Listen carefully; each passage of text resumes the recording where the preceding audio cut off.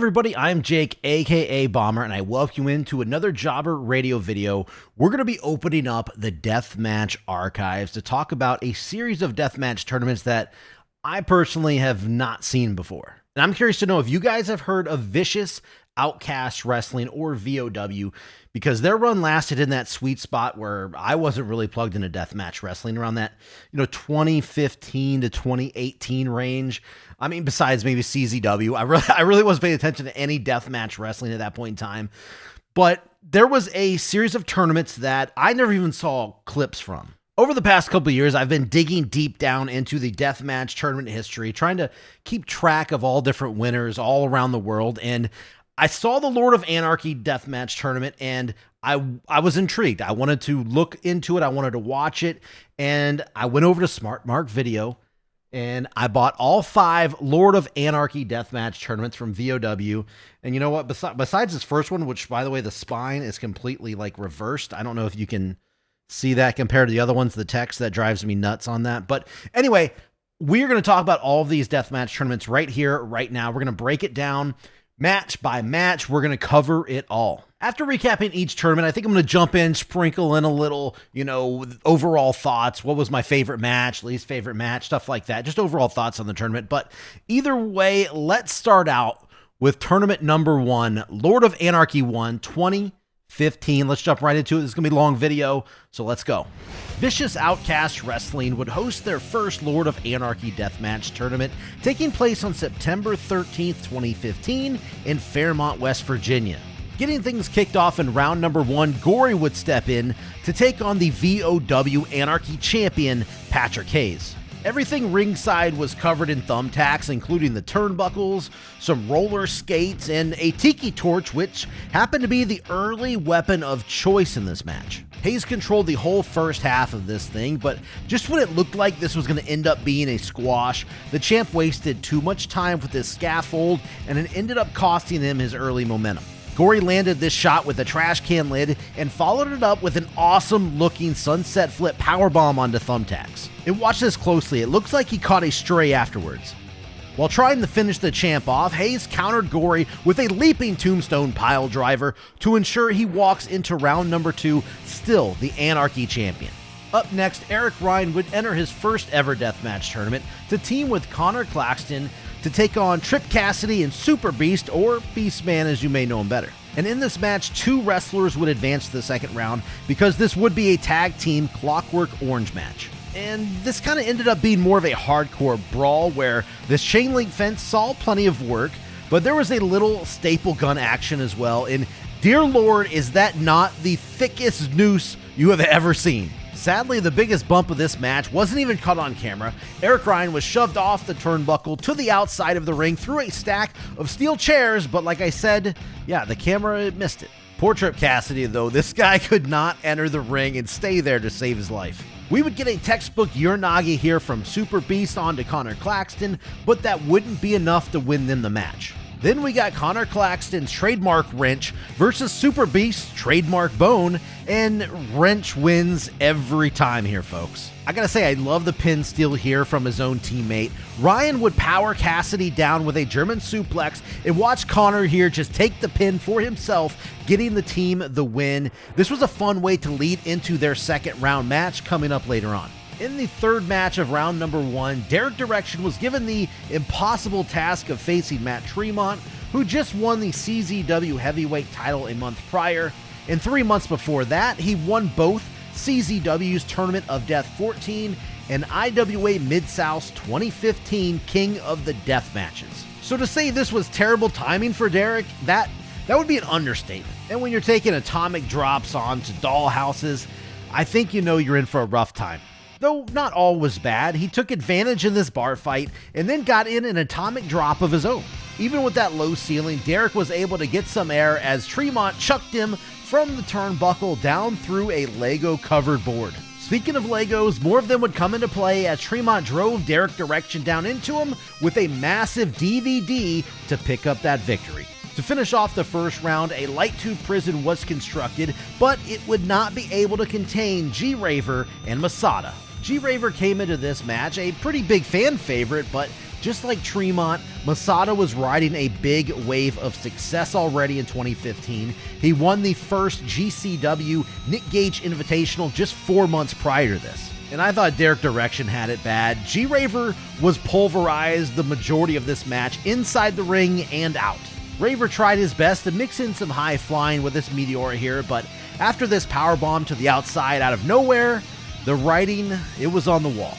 But he did show plenty of fighting spirit though. He kicked out of another powerbomb and took 3 straight brainbusters into glass to finally put him away. And afterwards, G-Raver got a nice standing ovation for his first ever deathmatch tournament outing as he nursed a big gash in his left shoulder. Jumping into round 2, we got a triple threat barbed wire TLC match, and it was nice to see that bad blood from the first round carry over between Connor Claxton and Eric Ryan. But was it smart to overlook the VOW Anarchy champion Patrick Hayes here? Probably not. Hayes was planted down onto a ladder and barbed wire board, but for the most part, he was the one in the driver's seat. Even when it looked like he was in trouble, he found a way to overpower his challengers. At one point, Connor took entirely too long to set up a table in the ring, which allowed Eric Ryan to recover and take entirely too long to set a barbed wire board up on some chairs. All of that would lead to Patrick Hayes taking advantage of both of them, first powerbombing Claxton through a barbed wire board, and then he laid them both over a suspect table at best to get just enough of his frog splash to pin them both at the same time. Still your Anarchy champion, Patrick Hayes will move on now to the finals. To see who would challenge him next for that title, we would be treated with a match that could main event in any deathmatch company in the United States because Matt Tremont would go one-on-one with Masada. Carpet strips. That would be the primary tool of destruction here, with each guy getting his chance to dish out as much punishment as he could.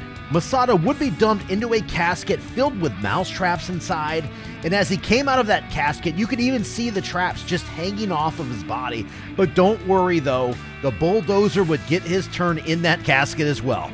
A pair of carpet strip covered boards would be utilized next, first with Masada being flung into one in the corner, and then he would bulldog Tremont onto the other in the middle of the ring. Then came out Masada's trademark skewers being driven into the head of the bulldozer, and this would not be quick either. He drove those things into his skull several different times. Then, just out of nowhere, Tremont powered Masada up onto his shoulders and drove him down to the mat with a DVD. That's a 1, 2, 3, and there you have it. Matt Tremont is headed to the final round. So, with the VOW Anarchy Championship on the line in a panes of glass match, Matt Tremont would go to battle with champion Patrick Hayes. Classic wrestling would kick things off here with some headlock takeovers, but it wouldn't be long before light tubes would be introduced. Just as in all his previous matches, Hayes commanded the early portion of this match. His gutbuster here looked like it knocked the wind out of the challenger, and Hayes appeared to be on his way to winning his first ever deathmatch tournament. He set the lone pane of glass up on some chairs and took Tremont over to the corner of the ring, but the bulldozer was able to headbutt his way out of that corner and deliver a brutal-looking powerbomb through the glass. That's the 3 count, and despite his only offense being a couple of chops early on, that powerbomb was Tremont's only successful move in the match. Either way, it would be enough to crown him the 3-time VOW Anarchy champion, and he would also take home the first ever Lord of Anarchy trophy. And crazy enough, this would mark Matt Tremont's 3rd deathmatch tournament win in 2015 alone, an accomplishment not many other wrestlers in the entire world can tout. So, okay. Tournament number 1, 2015, not bad. I believe it was barely a deathmatch tournament, let's be honest. It was a little more of a hardcore tournament, but I think overall there were more death matches than there were hardcore matches, so it is going to be labeled a deathmatch tournament. Just barely though, okay, just barely. Overall though, it wasn't really bad. I would say in today's standards, it would be a pretty tame deathmatch tournament. I think my favorite match was, I'm not every time we have to have light tubes. I'm not that guy, but the best match was the light tube prison match with Masada and G-Raver. And least favorite match, there was a couple that I wasn't like huge on, but I think I have to give it to the triple threat match with Eric Ryan, Connor Claxton, and Patrick Hayes. Yeah. There was just a lot of like long in between time. I kind of glossed over it there in the recap, but man, the table setup time and the in between right there at the very end of the match on going from one setup to the next, it was really long and really drawn out and like sucked a lot of the momentum out of it. But overall, decent deathmatch tournament. Like I said, on the scale of ultra violence, I think it's pretty low. But I didn't hate it. I didn't dislike it. I like some of the, unique uses of the tacks with the rollerblades, fun stuff. But overall decent tournament. I did see that this was by far the least ultra violent. I know that. I knew that coming in. I didn't know what I was going to see, but I do agree. It's got to be the lowest one. So let's go to, here it is. Here, what we got? Next one up. 2016, very next year. Matt Tremont does return. Let's see if he can defend the Lord of Anarchy crown. Let's get into LOA 2. On September 3rd, 2016, Vicious Outcast Wrestling returned to Fairmont, West Virginia for the second Lord of Anarchy Deathmatch Tournament. For the first match, out came last year's winner, Matt Tremont, to face off against a man he knew all too well, DJ Hyde. This no-ropes barbed wire match got off to a bit of a slow, methodical start, but things picked up a bit when the barroom fight turned into trading light tube shots and eventually trading headbutts. DJ surprised Tremont with a drop toe hold, but allowed the bulldozer to counter a choke slam, putting an end to the match with a DVD through that barbed wire board. So right off the bat, the defending Lord of Anarchy winner advances to the next round, and just a little bit of trivia for you. As of this recording, this would be the last deathmatch tournament DJ Hyde would ever compete in. In match 2, both Trip Cassidy and Connor Claxton would enter their second Lord of Anarchy tournament to battle in a deathmatch buffet. Last year, Patrick Hayes would try to defend his VOW Anarchy Championship throughout the entire tournament, but this time, Connor Claxton would have to do that same thing. A bit of another slow start to this match as Claxton drew first blood, but the pace and intensity picked up once gusset plates got involved. I want to point out the skewers in this one because, while yes, for some reason, just seeing one skewer used feels a little more graphic to me than a full bundle, look at this DDT onto a pizza box full of them carefully. One of those skewers impales Connor's wrist here. If that wasn't bad, the champ took a gnarly looking curb stomp face first into a bundle. The high risk did not pay off for Cassidy, and he let the match just slip through his fingers, allowing the champ to finish him off in the dead center of the ring. It definitely looked scary there for a moment, but Connor Claxton will move on. Next up, in only his second deathmatch tournament appearance, G-Raver would be tasked to face off against Jeff Cannonball. Cannonball used his size right out of the gate to take advantage here, but none of that really matters when G-Raver brought out his tattoo gun to scribble on Jeff's forehead. Later, Raver almost made a critical error heading to the top rope, but he would somehow be able to stay in this thing. We would get some back and forth action with no one getting any real momentum in their favor until this springboard dropkick to Cannonball.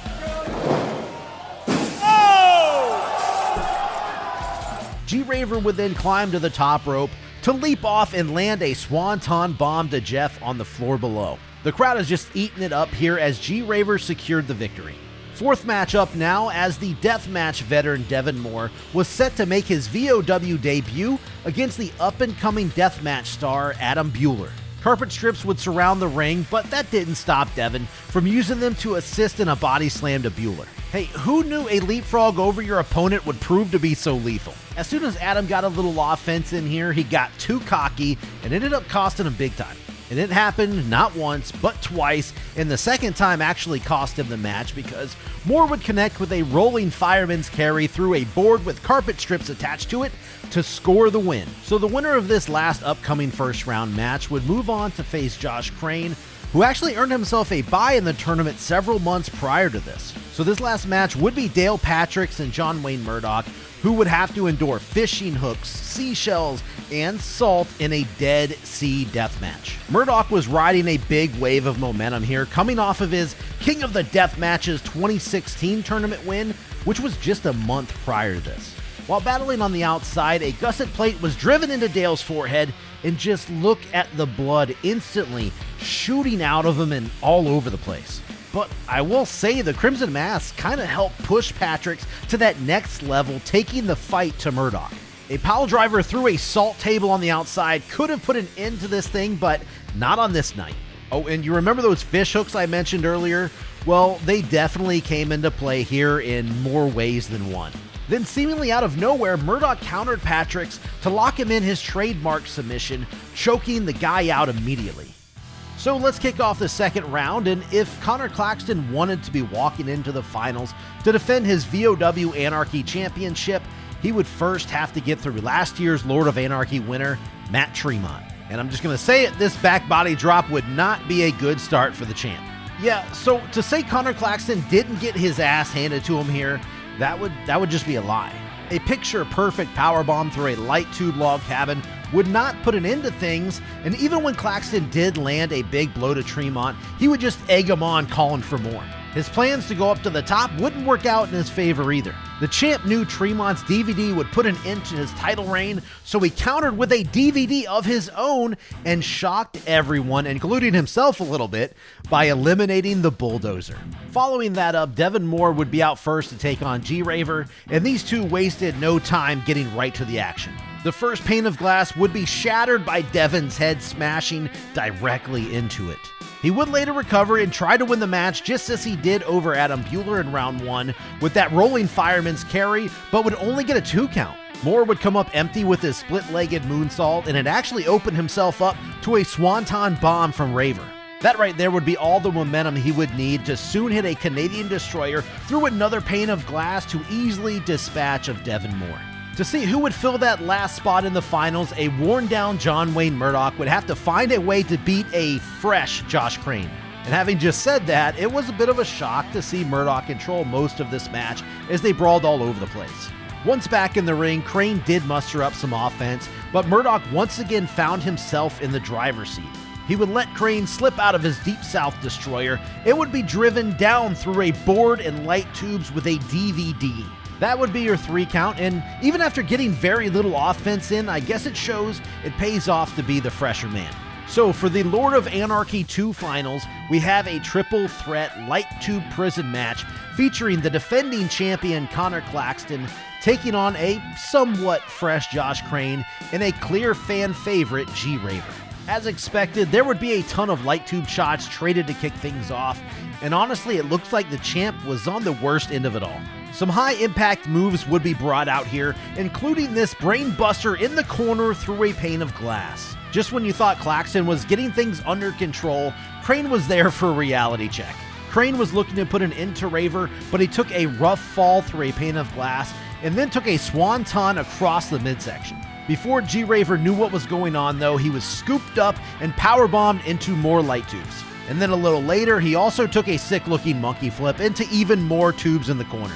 Now, Josh Crane's hand was cut pretty badly. Apparently, it was wrapped up, but he stayed in the match looking to take that title home, but would just get tossed out of the ring and kept out. After setting up a chair with light tubes on it, Connor hoisted G-Raver up onto his shoulder and executed a brutal-looking tombstone pile driver. Connor got his 3 count and the big win on the night, but the violence wasn't over because after a handshake with Raver, he would crack him in the back with his wrench and then drove him down through another pane of glass. This would cause a lot of bad blood between the two, but in the end, Connor Claxton would leave with it all, the VOW Anarchy Championship, and of course, the Lord of Anarchy 2 trophy.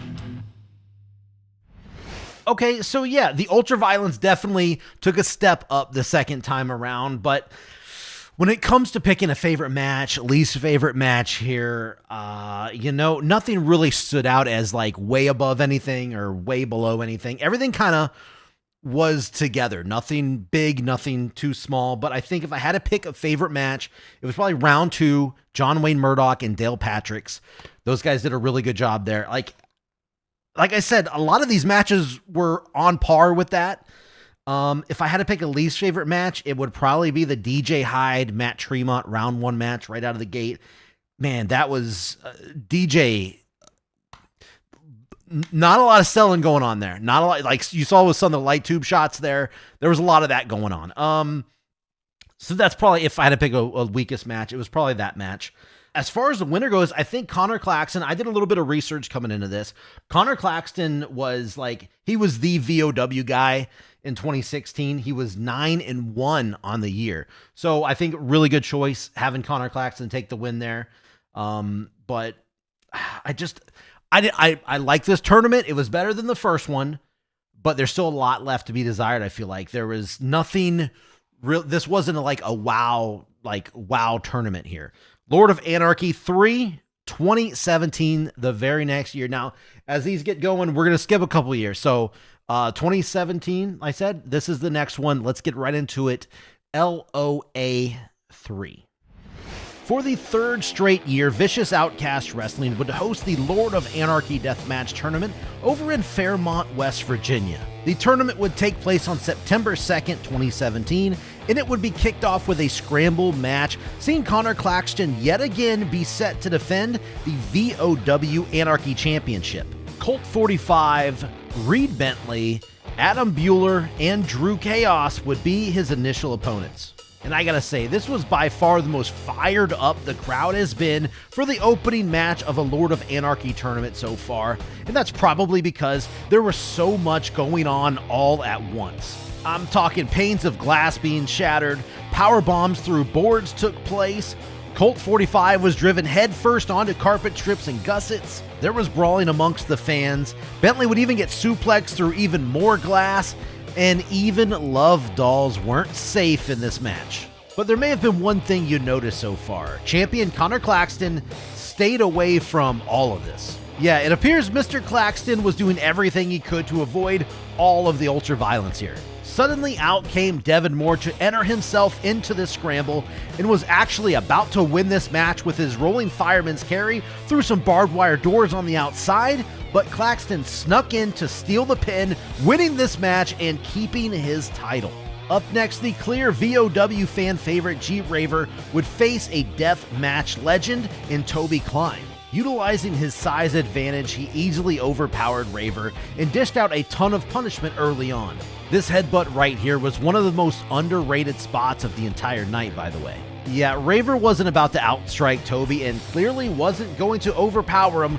He would have to use his speed and high flying ability here, which is exactly what he did. He slipped out of Toby's powerbomb and countered him with a Meteora. It would be enough to keep Toby Klein down for the 3 count. John Wayne Murdoch would return to VOW to face Jesse Amato, but Jesse would not make it to the show, so in his place, out came the man, Nick effing Gage. They beat the holy hell out of each other, trading back and forth, vicious strikes with one another, and pun definitely intended. I don't know if I'm going to convey this enough, but I'm not exaggerating when I say the exchanges during this match, both inside the ring and outside the ring, the punches, forearms, headbutts, light tube shots, chairs, suplexes, beard grabs, back body drops, pile drivers, tiger bombs, even more suplexes. It was all great.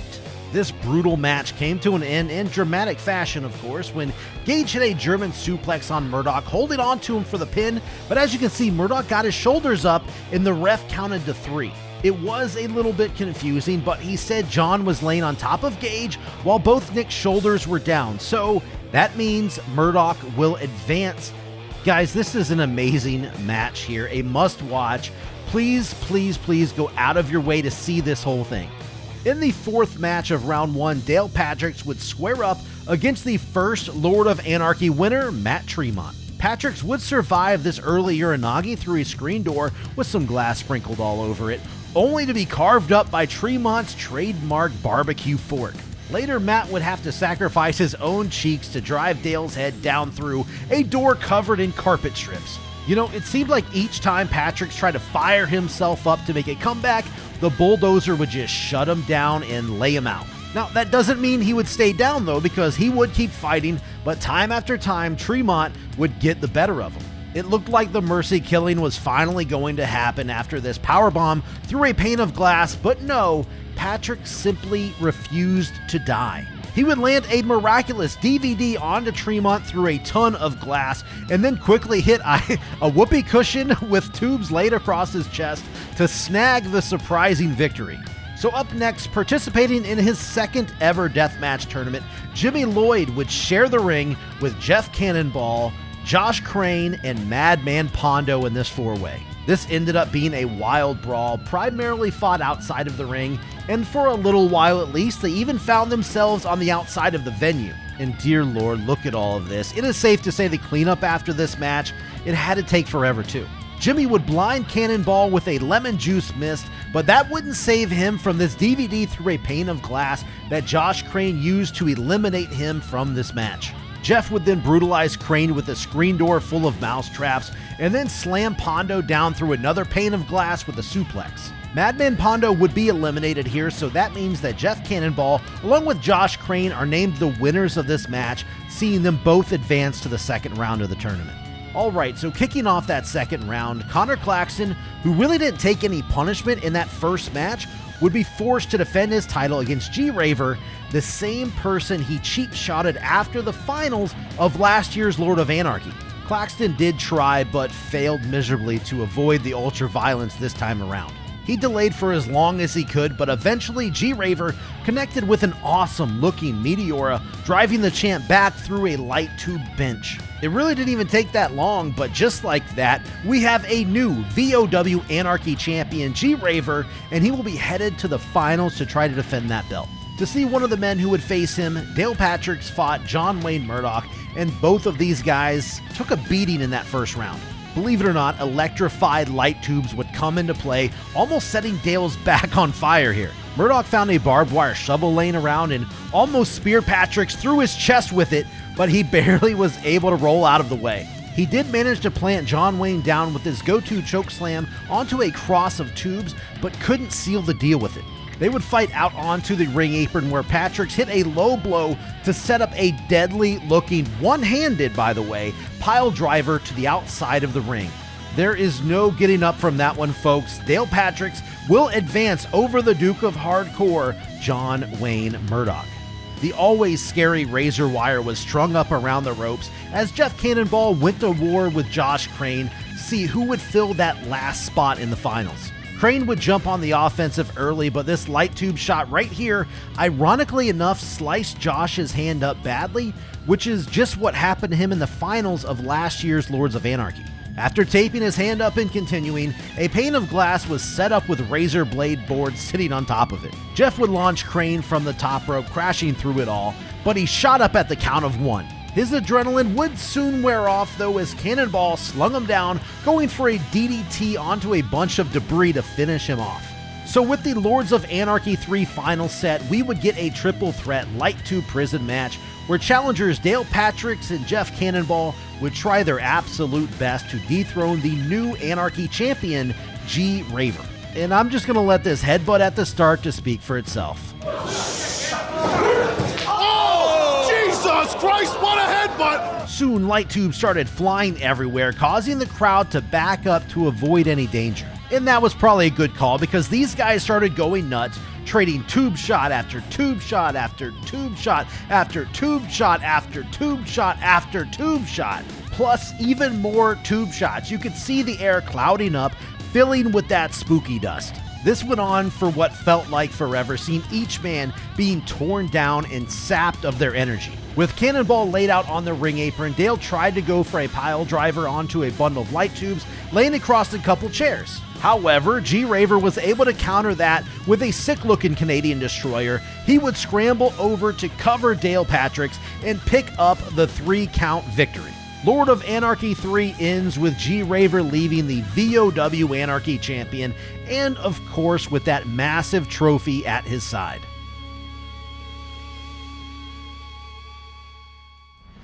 Okay, right here, folks, this tournament needs to be talked about more. When you talk about really good deathmatch tournaments, I think LOA 3, we got there. LOA 3, really good deathmatch tournament. The first round, banger after banger after banger. The John Wayne Murdoch and Nick Gage match by far. I wish I could show more of it. I'm just, I don't want to give too much away. I want you guys to go out, support this, buy these, support independent wrestling. But dear Lord, that was a great match. I don't know how anything's going to be topped in these other DVD. I don't know how anything's going to like top that match, but we'll see. Who knows? Who knows? But yeah, by far my favorite match. Least favorite match, nothing really was that bad. I think the second round, everything was kind of glossed over. Everything's kind of real quick, but that first round, really, really good. As I'm looking at this back cover, I noticed this thing is like super, can you even see this? This thing is super plain. And then I was looking, I'm like, wait a minute, look at the other one. Oh, we got some really plain backgrounds here, but maybe that was just the VOW thing. I know some of the other ones, this one's kind of plain too. Anyway, really good deathmatch tournament. Go out of your way. I suggest watching this entire thing front to back. Very good deathmatch tournament, but if you can't and you want to watch one good match, go watch the John Wayne Murdoch Nick Gage match. Gun to my head, if I had to pick a least favorite match, which I don't think anything really stood out as being bad at all, I think it would probably be the round 2 Jeff Cannonball Josh Crane match. Or was that round 1 or round? What was that? That was round 2. That was round 2. So, but again, wasn't bad. But that's it. So we're going to go to tournament number 4. We're going to see how they follow this up. Real quick, a little editor's note here. As I talk about and recap this tournament that you're about to watch, I did actually call the title the VOW Anarchy title, which is what it was known as. But I noticed after I did all the voice lines and everything, I realized that you can't hear anything. Spoiler, you can't hear any like commentary very well. And I missed that they renamed the title, just the VOW Deathmatch title. So I probably need to go back and look in history and see when that name changed. But just heads up, throughout this recap, I am going to refer to the title as the VOW Anarchy Championship, which I guess they changed the name to just the Deathmatch title. So there you go. So just keep that in mind. But let's get into the recap now.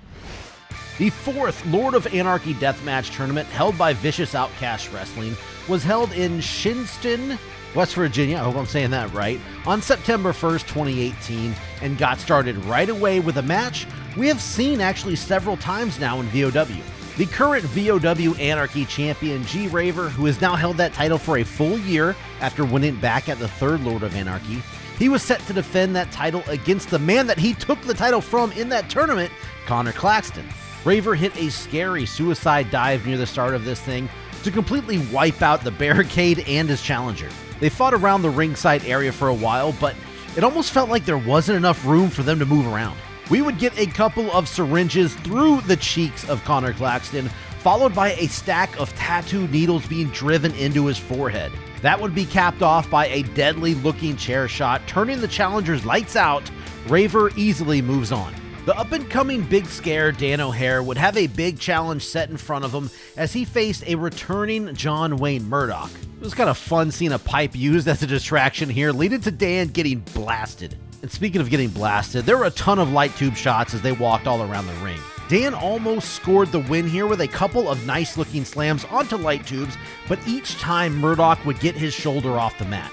Things would take a turn, though, as O'Hare was thrown from the top rope onto light tubes, but that was nothing compared to this rough-looking brainbuster, just folding the chair in a very scary way. Dan had the win right there within his grasp, but it is Murdoch who fought back to take that 3 count.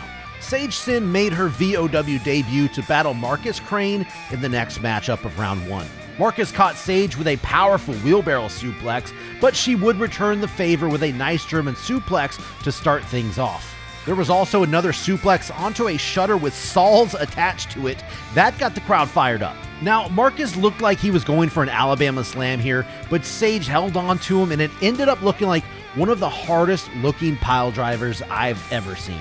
He was able to recover, though, and pull it off here through a door with gussets stuck to it. A door would be set up with light tubes, box fans, and other wooden shutters piled on, basically a bunch of stuff. Crane would be the one driven through it by Sage Sin's Sunset Powerbomb to secure the victory for her.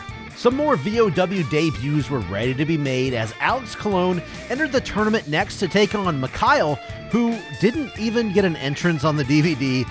Not a very good sign there. This wouldn't be a complete squash. I mean, Mikhail, he got in a tad bit of offense here, but not very much. The majority of this was a one-sided beatdown, to be honest. I wish we could see some more of this ending because what you could see looked pretty awesome with this double stomp through a bunch of glass. This was just a very easy victory here for Alex Colon. Out next came the last VOW debut in the tournament. It would be Ron Mathis, who was fighting a man who made it to the finals of last year's Lord of Anarchy, Dale Patricks.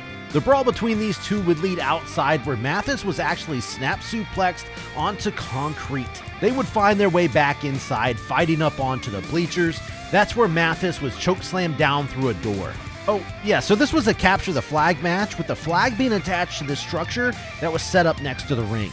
Dale would use light tubes to knock Mathis back down into the ring and pull that flag down to advance to round number 2.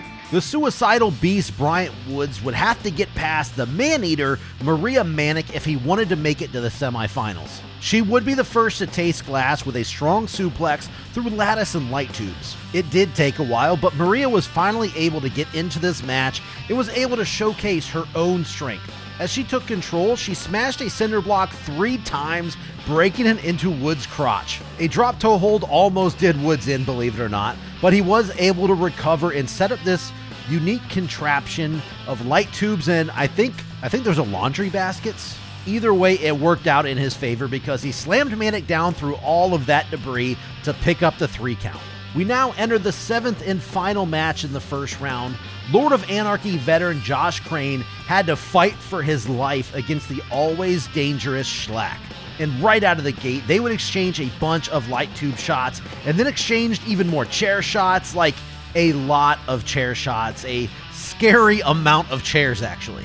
Going up to the top rope did not pay off for Schlack as he was tossed down into a group of even more chairs. This one wouldn't really last that long. After Crane tried using Schlack's own bag against him, he was hoisted up onto his shoulders and blindly driven down through a barbed wire board to be eliminated from this tournament.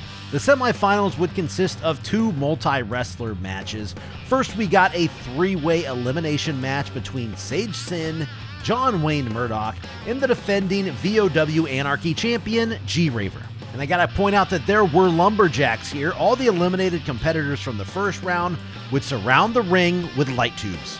Man, Sage Sin could not catch a break in this one. First, her sunset flip powerbomb saw her go through the glass first in the corner.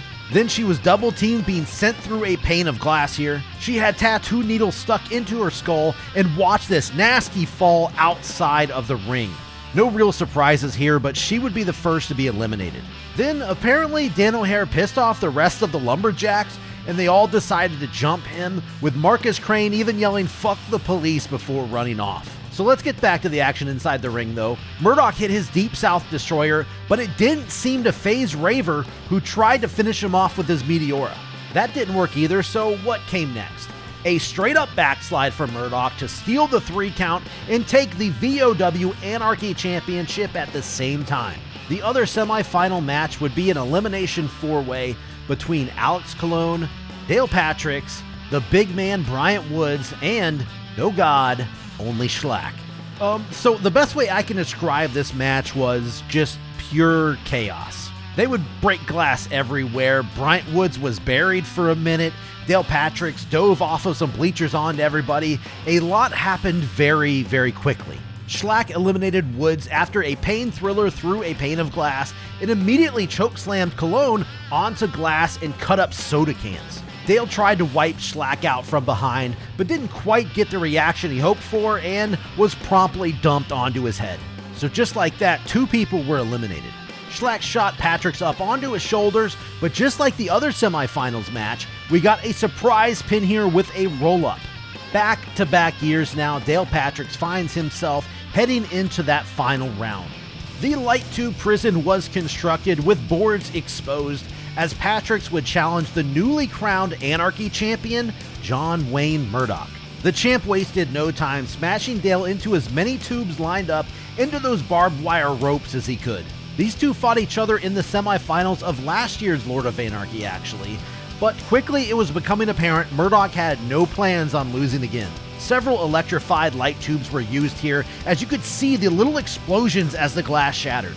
Once back in the ring, however, Dale began pelting Murdoch with bundle after bundle after bundle of light tubes. What started out as begging his challenger to please stop it turned into Murdoch just egging him on to hit him with more. A couple of pile drivers still would not be enough, and as Dale called for a third, Murdoch countered with a Deep South Destroyer. But guess what? That wouldn't be enough either. Then came the wild part. They ordered the ring crew to pull the boards away, revealing just the steel beam frame under them. Dale would lay a pane of glass across the beams, and then this happened. They would emerge out from under the ring, where Patrick's would pin Murdoch, winning the fourth Lord of Anarchy tournament and becoming the new Anarchy champion for the first time. And actually, this would go down as the last reign of the VOW Anarchy Championship as well. So the belt was his, the trophy was his. Dale Patricks leaves West Virginia the Lord of Anarchy. What in God's name happened? The first three Lord of Anarchies, solid, consistent, in the same place, and that's fine. Not everything can be shot in the same arena, whatever, that's fine. That's no problem. But what in the world happened between that 1 year in between LOA 3 and 4? I mentioned it before we got into the recap, but the production value in this, on this DVD at this event, so unfortunately bad. Like I said, you couldn't hear the commentary at all. The camera work was, I work in a not entertainment business, but a media business, and bad camera work is, it's not great. And I know it's independent wrestling. This isn't, WWE. I don't expect to have fantastic camera work, but when you got somebody out there just doing this deal right here, rough production here. And you know what? The tournament, it was not great, but I think the production value made it I think it turned it into a bad deathmatch tournament. In terms of best match, worst match, I think easily, hands down, the best match was the main event, the Dale Patricks versus John Wayne Murdoch, which, by the way, third time John Wayne Murdoch, my favorite match in these. Just coincidence, by the way. But either way, I don't think anything really even came close to that match. And I'm not saying that was the best match in the world, but it was head and shoulders above the other matches here. By the way, I thought it was really cool that these guys now have fought 3 times in Lord of Anarchy history. Very rare, by the way, for deathmatch tournaments that 2 guys will fight each other 3 years in a row during these tournaments. And it was cool to see that actually, the third final rubber match to see who got the big win, which was Dale Patricks, was in the finals. Very cool to see that. I like that. Just, stuff like that, just fun. When it comes to worst match, they could have trimmed a lot of these matches here in the first round. I guess I'll go with Alex Colon and Mikhail. And this is, just opinions. I don't want anybody to, get all bent out of shape about these. But some of these matches, like the Bryant Woods and Maria Manic match, some of these could have been trimmed, and we could have had a nice maybe 4 solid matches in the first round, traditional tournament, and went on from there. Some of these just felt unnecessary, almost just padded out the time, it seemed like. But it is what it is. The production value hurt this thing so bad. I feel like the tournament it didn't come off as bad. Maybe live there, if you guys went to it live, maybe it was a better experience. But watching this thing, oh my God, you basically have to watch it with no audio. Really unfortunate, but I have to say this is probably the worst of the bunch so far. And pretty much the only bad one right now. So let's get into the 5th and final. This is a couple years later, 2021, October. This is the first time the show wasn't in September, I believe, right? Yeah. First time the show was not in September. So we got a new logo, VOW logo. Let's get into it. VOW, Lord of Anarchy 5. After a 3-year hiatus, Vicious Outcast Wrestling returned for one event only, and that would be the 5th Lord of Anarchy Deathmatch Tournament. It would take place on October 16th, 2021, and was held in Indianapolis, Indiana, the first time this event was held outside of West Virginia. Triple threat action would kick things off as Schlack, Raven Havoc, and Alex Colon would do their best to set the tone for the night. Side note, by the way, Alex Colon would go on to win 3 deathmatch tournaments in the year 2021, so let's see if this would be one of them. I'm not gonna lie, the use of working fans was some diabolical stuff here. They would fight all around the ring, beating the hell out of each other with light tubes. Watch this elbow drop, sending a chunk of glass flying up into the rafters. I gotta say, the crowd was a little bit disappointed here to see Schlack rip off the spinning blades from the door just before it was used. But they were quickly won back over, seeing Havoc nearly murdered, being powerbombed through a wooden shutter, and then manhandled with a double chokeslam. Colon would not be quick enough to break up that count, and Schlack moves on to round number 2. Dysfunction jumped Bam Sullivan from behind to get the next match started. A lot of stabbing and gouging and grinding would take place throughout the majority of this, but we didn't get our first near fall until Bam took a brutal looking DVD through a bunch of tubes. Bam would shortly return the favor with a Death Valley driver of his own, but no near fall this time. Dysfunction goes down for the 3 count. Up next, we would see a deathmatch veteran, Neil Diamond Cutter, who was coming off of his insane 8 win a couple months ago, to take on a relatively unknown JJ Escobar, who showed up with a weed whacker. Just as you may expect, Neil stuck everything he could find in a JJ skull, but with skewers still sticking out of his head. Listen to this chair shot. He somehow recovered from that to showcase a nice bit of agility and strength, slamming Neil down onto a bed of thumbtacks. They would each miss big with sentons into the corner, but after taking JJ's weed whacker from him, Neil ran it directly into JJ's crotch. Yeah, looking at this slow-mo, with the height he jumped up, kicking around, I cannot imagine that felt great. Again though, somehow JJ would recover and then made the mistake by trying to trade light tube shots with Neil. He was scooped up and driven down into more tubes with a rolling DVD, allowing Neil Diamond Cutter to eventually put JJ Escobar out of his misery. In the next match, we got Mickey Knuckles, who won AWR's Goddess of Death tournament earlier in the same day, going up against the Carnivore Remington Roar. This would be a slow, methodical start with each competitor getting their shots in, and we also got a couple of suplexes early on, but the nod goes to Mickey, which was on the concrete and on the light tubes. Mickey avoided danger in the corner and was able to follow it up with a spear, driving Roar back into a pane of glass. Things were just not looking good for Roar here, but he was able to weather the storm and gather himself while Mickey set up this glass barbed wire contraption. He practically shot Mickey up into the air with ease and drove her down through the glass with an impressive Oklahoma slam, taking home the win. So to close out the first round, Shane Mercer was out next to face one of the most unpredictable wrestlers on the entire planet, Sadika. The powerhouse quickly put his talents on display as he controlled Sadika early on. I want to point out how impressive it was to see what Sadika could do with just one hand here, because it looks like she entered this tournament injured, competing in that Goddess of Death tournament that Mickey won earlier in the day. Speaking of impressive though, look at the hang time from this powerbomb through a salt table. Even while dishing out some punishment, the mountain that Sadika had to climb was looking to be too great. That doesn't mean that she wasn't about to give up though. These two were out here to steal the show, and I think they just may have. The end came after Mercer wrapped his iron whip around Sadika's throat and choked her into unconsciousness. Referee SPO called for the bell, and that means the Iron Demon moves forward. Shane Mercer got no time to rest as he would turn right around to fight Schlack and Raven Havoc, who was going to be subbing in for a hurt Remington Roar.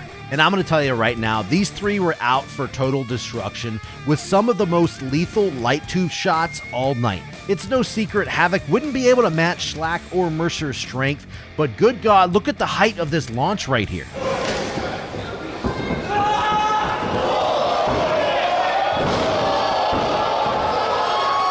And kudos to Raven Havoc, man. This guy went out there and took one heck of a beating in this. This shot here almost knocked Schlack out cold, and even with a couple misfires here and there, I will say this match in full needs to be seen, so I do recommend seeking it out. Mercer military pressed Havoc out of the ring in ultra-violent fashion, but just after he did, Schlack rolled him up from behind to sneak in a 3 count. To see who would fight Schlack in the finals, Bam Sullivan would go toe-to-toe with Neil Diamond Cutter. Now, this match wouldn't be nearly as chaotic as the last, but between the tongue stapling, the light tube sentons, the light tube headbutts, the slams into kiddie pools full of lemon juice, and going face first through panes of glass, there was a lot to like here. The rolling DVD onto a barbed wire basket wouldn't work for Neil this time, and neither would this Falcon Arrow. This Phantom Driver from Bam, however, caught everyone by surprise when it scored him the 3 count over the Honey Badger.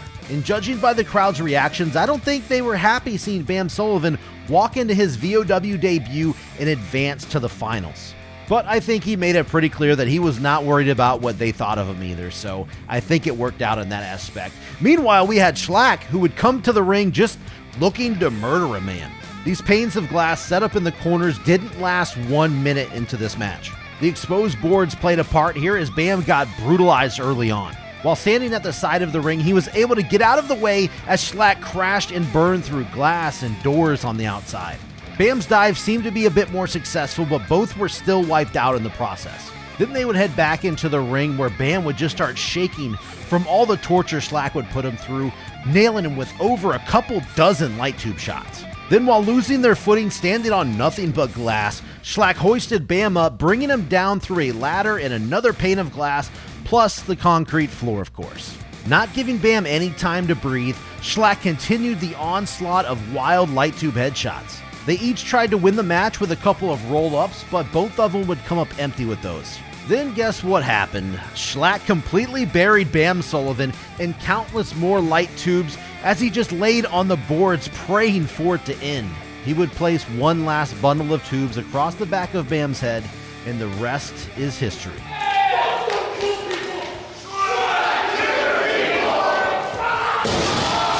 It was a bloodbath, and quite frankly, it looked like a murder by the end of this. All the credit in the world to Bam Sullivan. I have no idea how he walked away after this. When it was all said and done, though, Schlack left with the Lord of Anarchy trophy, being the 5th and final winner of Vicious Outcast Wrestling's featured deathmatch tournament. Now that is a recovery, folks. That is a rebound right there is what we call that. This was a very good deathmatch tournament, I feel. I don't really know enough about the history of VOW. I kind of just jumped into this blind. I don't know, where they went. I don't know why there was that big gap in time between tournaments and shows. I saw they took like a hiatus here and they just came back for one event. But it came off, I think it came off pretty good. There was some good matches in here. I think the best match, man, there were some really good matches. I think maybe Schlack, Shane Mercer, and Raven Havoc in that second round. Man, that was a really fun match. And, looking at this, Shane Mercer, I think Shane Mercer gets the MVP. I know, Schlack, great performance, and he got the win, but Shane Mercer Sadika, that was close enough to be my favorite match. 2 really strong matches out of Shane Mercer. But if I don't think there was another tournament where I don't think there was any real bad matches. If I had to pick one again, gun to my head, I'd probably go Bam Sullivan and Dysfunction. But again, really good finish back and forth there with the big light tube table spots. I really like this tournament. So there you have it, folks. That is the history of the Lord of Anarchy Deathmatch Tournament. I have no idea if they're going to make another return and have another one, but if they do, maybe we'll talk about that. But either way, I think a pretty solid history. We got some big hitters in here, and a couple stinkers, but that's to be expected when you have 5 years worth of deathmatch tournaments. And I think it was a good LOA 5, good ending. If this is the last one, I think that's fully satisfying. Very good tournament to end on. But I really didn't plan on ranking these things, but I guess we can there's only 5 of them. We'll just throw it out there real quick. I think bottom of the barrel, I think it's pretty obvious. Lord of Anarchy 4, has to be at the bottom. I wish the production value was a little bit better. Maybe I would have liked this a little bit more. I thought the Marcus Crane and Sage Sin match in round 1 pretty solid, but production value hurt it too much. I think number 4 in the rankings, I think I would probably go, I'd probably go with 1. I think Lord of Anarchy 1. Just, it was borderline deathmatch tournament. Still solid stuff, but didn't quite hold on to that ultra violence and didn't really satisfy that bloodthirst, that bloodlust that you'd really want. As for the right middle of the pack, I think Lord of Anarchy 2. Lord of Anarchy 2, right in the middle, solid deathmatch tournament. Nothing, great. I will say that. Nothing bad, though. So you can't go wrong with LOA 2. I think these two for sure are the 1 and 2. I think I'm going to place LOA 5 as at the number 2 slot. Really good. These both were very good tournaments, but I'm going to put this at number 2. Just overall, really good stuff. But Lord of Anarchy 3, really, I was right earlier when I said I think the John Wayne Murdoch and Nick Gage match is going to be that is the best match of all of these DVDs. By the way, just want to point that out there. You need to go watch that, and go watch everything Shane Mercer did in LOA 5. But right here, first round, I think this goes up against a lot of other deathmatch tournaments out there. I'm talking TOS, TOD. Put that first round of this tournament up against those. I think you got some arguments to make here, okay? Very good, underrated deathmatch tournament. I'm very glad that I went in and bought these over at smartmarkvideo.com. Not a sponsor. I just want you guys to support independent wrestling. Please, God, go do it. But definitely worth my time. This took a very long time to put together, as you could probably see. And thank you so much for sticking around and watching this whole thing. This was fun. I went in completely blind as far as watching the matches. And, I heard a little bit of this and that, but very happy that I did this. Very happy that I went on this journey. Thank you guys so much for going along with me. And I hope you enjoyed. We might bring something like this up in the future, something cool from back in the Deathmatch archives, and we'll talk about it again. But for now, we're going to end this video. This thing has been long. Thank you again. We'll see you guys on the next video.